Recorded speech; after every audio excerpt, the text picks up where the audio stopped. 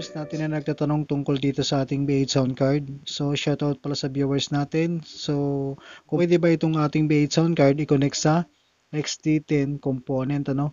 So, itong ating B8 sound card idol, kahit anong amplifier man yan, kahit mapa-Bluetooth speaker man yan, pwede itong ating B8 sound card. So, mga connector na available dito sa ating B8 sound card idol ay 3.5, ano?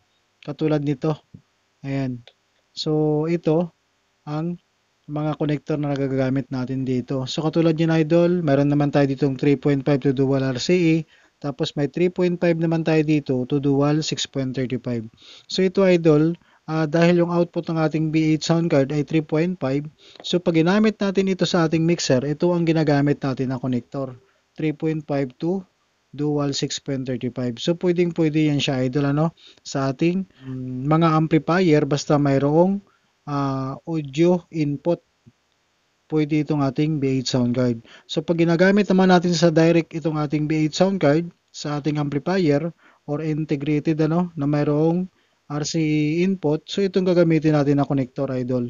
3.5 din siya sa output ng ating B8 to dual, ayan, RCA, ano, ayan. Ang ating B8 mga idol, pag ginamit naman natin siya sa mga may input na 3.5 din, so dahil 3.5 yung output, tapos papunta sa 3.5 din na input, ayan, so gagamit tayo ng ganitong connector mga idol. So ipapakita din natin mamaya idol na pag gumagamit tayo ng source, no, katulad ng DVD player, so dahil walang Bluetooth yung ating DVD player, pero gusto natin padaanin dito sa ating B8 sound card, so pwede din siya idol. Dito tayo gagamit ng ating input sa ating company, katulad nito. So katulad nito mga idol, ano, ayan, ipakita natin dito yung ating company input. Ayan, input po yung company natin dyan idol, para yan sa input ng ating source ng ating B8 sound card. So pag hindi tayo naka Bluetooth connection dito. Katulad nitong gagamitin natin na speaker dito idol.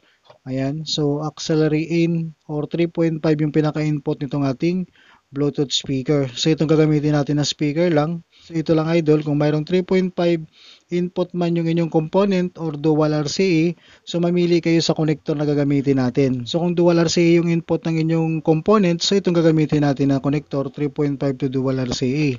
Pero kung 3.5 input, so itong gagamitin natin idol. Ayan, dalawang 3.5. So katulad dito mga idol, itong ating output, no, monitor output, papuntahin natin dito o i-connect natin itong ating Bluetooth speaker. So wala tayong ginamit dito idol na mixer, ano. Ito ay pinakita lang natin dito na pwede gumamit tayo nitong ating B8 sound card kahit sa anong amplifier or mga katulad nitong Bluetooth speaker basta may audio input na katulad nito, ano. So kahit anong klaseng connector man dyan, basta audio input, so yun lang ang gagawin natin, makakonect tayo nyan. So itong gagamitin natin na connector idol. So input lang tayo dito ng ating 3.5. Check yung salita. Tapos itong 3.5 na isa dito sa output ng ating B8, itong monitor or headset. So dalawa lagi yung output nito idol, ano. So doon sa ginawa nating video nito, may ginamit tayong dalawang amplifier. So ginamit natin itong headset output at saka monitor output, gamit yung dalawang ganitong connector. So dalawang kailangan natin dito pag dalawang amplifier. So ganito lang idol, ano. Ito yung connection natin papunta sa ating Bluetooth speaker. So monitor output lang tayo dito.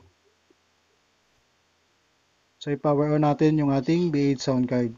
O halimbawa mga idol, ano, mag-check tayo ng ating sound effects dito. Ayan. So tumutunog, ibig sabihin konektado na sa ating Bluetooth speaker. Ayan.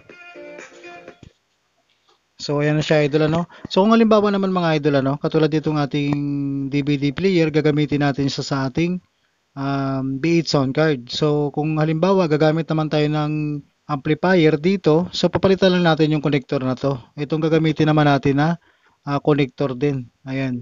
So pag gumamit tayo ng amplifier. So ito idol, ipapakita din natin dito na itong ating DVD player, pwede natin dito ma-connect sa ating B8 sound card. So gagamitin lang natin ang connector idol. Katulad lang din ito, ano, dual RCA to 3.5. Ayan.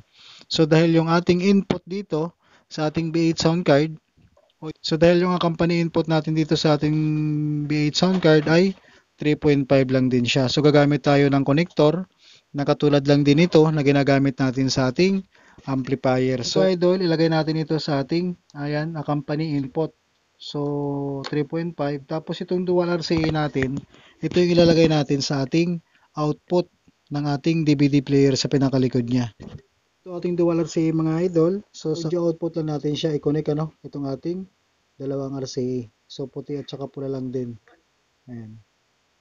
Connection natin idol, ito yung pumunta sa ating company input ng ating B8 sound card. So ito idol, pinakita lang natin kung paano tayo gumamit ng ating source na hindi tayo gumamit ng Bluetooth or walang Bluetooth yung ating panggagalingan ng ating source.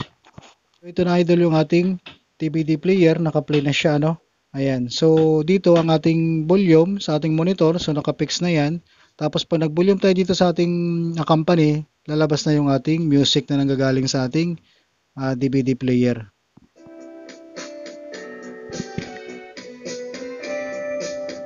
Ayan na siya idol Ayan, tumutunog na. So ganun lang ang connection na ginagawa natin dito idol.